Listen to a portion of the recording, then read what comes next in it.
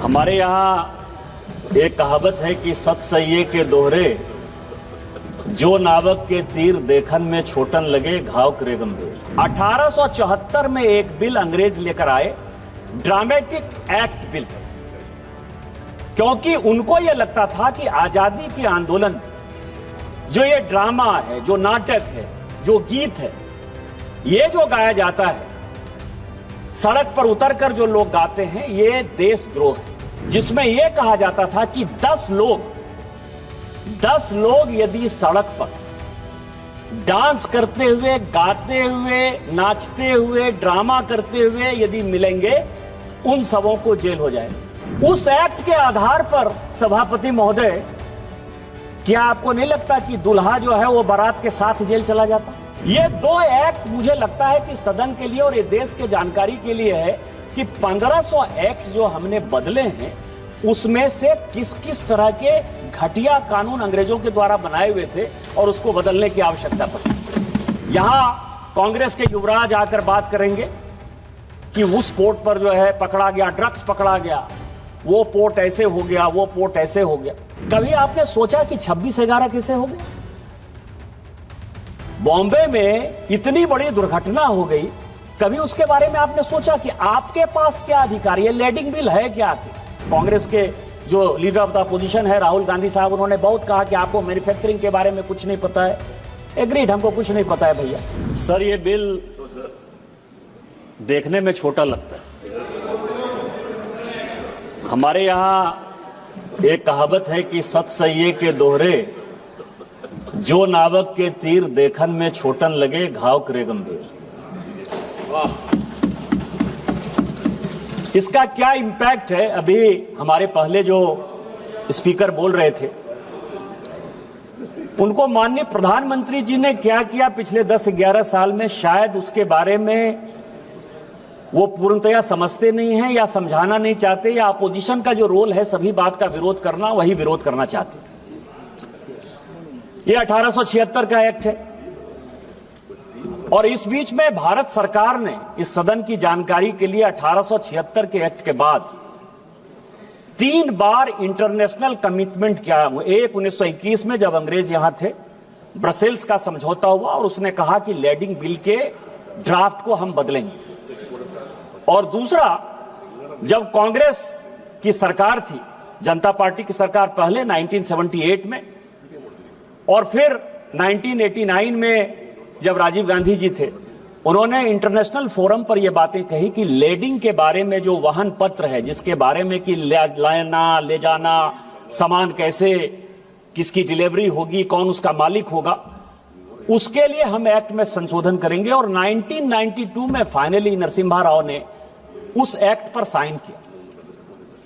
1921 से लेके आज तक 2025 तक किसी भी सरकार ने यह नहीं सोचा कि 1876 के इस एक्ट को बदलना है। अभी रिपीलमेंट की बात हो रही थी सभापति महोदय, इस सदन की जानकारी के लिए, मैं उसमें पढ़ना नहीं चाहता था, लेकिन प्रेमचंद्रन जी आपके जानकारी के लिए, क्योंकि आपने कहा कि सरकार वाहवाही लेती है कि 1500 बिल उसने पास कर दिए, मतलब रिपील कर दिए, खत्म कर दिए अंग्रेजों के समय के। मैं आपको केवल 1874 का, इस सदन की जानकारी के लिए और इस देश की जानकारी के लिए, 1874 में एक बिल अंग्रेज लेकर आए, ड्रामेटिक एक्ट बिल, क्योंकि उनको यह लगता था कि आजादी के आंदोलन, जो ये ड्रामा है, जो नाटक है, जो गीत है, ये जो गाया जाता है, सड़क पर उतरकर जो लोग गाते हैं, ये देशद्रोह है। और उन्होंने एक ड्रामेटिक एक्ट बिल बनाया 1874 में, जिसमें यह कहा जाता था कि 10 लोग यदि सड़क पर डांस करते हुए, गाते हुए, नाचते हुए, ड्रामा करते हुए यदि मिलेंगे, उन सबों को जेल हो जाए। उस एक्ट के आधार पर सभापति महोदय, क्या आपको नहीं लगता कि दुल्हा जो है वो बारात के साथ जेल चला जाता? 1876 का एक्ट था, 2024 में हमारे प्रधानमंत्री जी ने बदला। क्या इस देश को यह पता है कि इस तरह के एक्ट हमने बनाए? बांस, जो कि प्रत्येक घरों में होता है, वो घास है, उसको हमने वृक्ष बना दिया। पूरा का पूरा नॉर्थ ईस्ट की इकोनॉमी जो है बांस पर चलती थी। यह भी 150 साल से एक्ट था। क्या इसमें गरीब परेशान नहीं हो रहा था? क्या उसको रिपील नहीं कर देना चाहिए था? ये दो एक्ट मुझे लगता है कि सदन के लिए और ये देश के जानकारी के लिए है कि 1500 एक्ट जो हमने बदले हैं उसमें से किस किस तरह के घटिया कानून अंग्रेजों के द्वारा बनाए हुए थे और उसको बदलने की आवश्यकता पड़ी। वैसा ही 1876 का एक्ट है। अब आप समझिए कि पूरा, अभी बिजनेस एडवाइजरी कमेटी की मीटिंग थी, आज ही चर्चा चल रही थी कि हम टैरिफ पर बात करना चाहते हैं। यहां कांग्रेस के युवराज आकर बात करेंगे कि उस पोर्ट पर जो है पकड़ा गया, ड्रग्स पकड़ा गया, वो पोर्ट ऐसे हो गया, वो पोर्ट ऐसे हो गया। कभी आपने सोचा कि 26/11 कैसे हो गया? बॉम्बे में इतनी बड़ी दुर्घटना हो गई, कभी उसके बारे में आपने सोचा कि आपके पास क्या अधिकार? ये लेडिंग बिल है क्या आखिर? इस साल से लेके पिछले साल, पिछले 4-5 साल में यदि आप देखेंगे तो इस देश में लगभग 50,000 करोड़ का ड्रग्स जो है पकड़ा गया। ड्रग्स, हेरोइन ड्रग्स, जो हमारे युवाओं को नुकसान पहुंचा रहा है। यदि आप बायलैटरल की बात करेंगे तो हम कहते हैं कि टेलीकॉम मैन्युफैक्चरिंग हमारा बढ़ रहा है और चाइना जो है, चाइना से गुड्स नहीं आना चाहिए।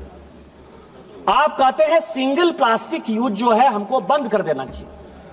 आप ये कह रहे हैं कि मिनिमम इंपोर्ट प्राइस हमने लगा दिया। स्टील सेक्टर में जो डंपिंग यार्ड हमने यहां बना दिया है वो यहां नहीं आना चाहिए। एग्री?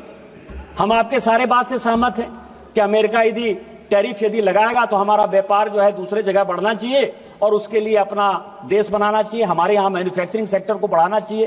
कांग्रेस के जो लीडर ऑफ द अपोजिशन है राहुल गांधी साहब, उन्होंने बहुत कहा कि आपको मैन्युफैक्चरिंग के बारे में कुछ नहीं पता है। एग्रीड, हमको कुछ नहीं पता है भैया। लेकिन कभी ये लेडिंग बिल तो पढ़ लेते कि हमने क्या किया। आज आप समझिए कि आप किसी कंट्री के साथ, जैसे पाकिस्तान के साथ हम अपना व्यापार नहीं करना चाहते। पाकिस्तान को हम दुश्मन देश मानते हैं और पाकिस्तान के साथ हमने व्यापार रोक दिया। चाइना के साथ हम अपना बिजनेस नहीं बढ़ाना चाहते। हमारे सिक्योरिटी का सवाल है, हमारे मैन्युफैक्चरिंग का सवाल है। टेक्सटाइल में हम पूरी दुनिया में आज जिस तरह से बांग्लादेश के हालात हैं और पूरे चाइना के हालात हैं, हम टेक्सटाइल के साथ बढ़ना चाहते हैं। लेकिन यदि बढ़ना चाहते हैं आप, तो यदि शिपिंग संघाई पोर्ट से हुआ और संघाई पोर्ट सिंगापुर चला गया, यदि किसी आदमी ने चाइना से टेक्सटाइल को हमारे यहां के लिए भेजा और उसने कहा कि ये सिंगापुर जाएगा और सिंगापुर से नाम बदलकर वो फिर यदि हिंदुस्तान आ जाएगा, तो हम तो कहेंगे कि इसका जो डेस्टिनेशन पोर्ट है, डेस्टिनेशन पोर्ट है, वो तो सिंगापुर है। उसी तरह से ऑयल के बारे में मान लीजिए कि कई एक देशों के साथ हमने, अभी सीरिया को हमने बैन किया हुआ है, लीबिया को हमने बैन किया हुआ है। हमारे यहां फर्टिलाइजर की बहुत कमी है। फर्टिलाइजर का जो जिससे बनता है फर्टिलाइजर, चाहे नाइट्रेट हो चाहे फॉस्फेट हो, ये यदि आता है तो उसमें कई एक जगह बैन है।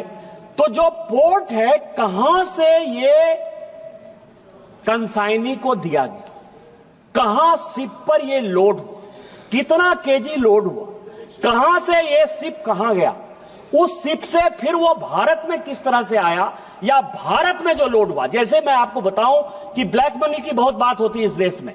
ब्लैक मनी के बारे में 72-73 का जो रिपोर्ट है और 2012 में इसी सदन में जो ब्लैक मनी पर माननीय प्रणब मुखर्जी साहब ने, तत्कालीन वित्त मंत्री जी ने, जो बाद में राष्ट्रपति हुए, उन्होंने जो व्हाइट पेपर जारी किया, व्हाइट पेपर में उन्होंने कहा कि ब्लैक मनी जनरेट होने का सबसे बड़ा साधन 85% इस देश का ब्लैक मनी केवल और केवल इंपोर्ट और एक्सपोर्ट से हुआ।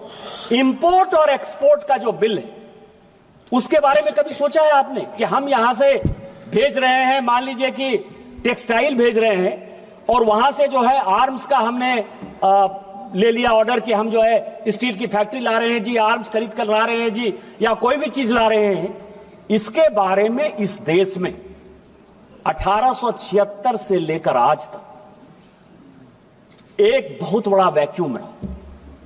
जिस इलेक्ट्रॉनिक्स की बात करते हैं कि ई बिलिंग होनी चाहिए, इलेक्ट्रॉनिक बिलिंग होनी चाहिए, प्रेमचंद्रन साहब आपकी जानकारी के लिए पूरी दुनिया में 45 मिलियन बिलिंग होती है, लैडिंग होती है।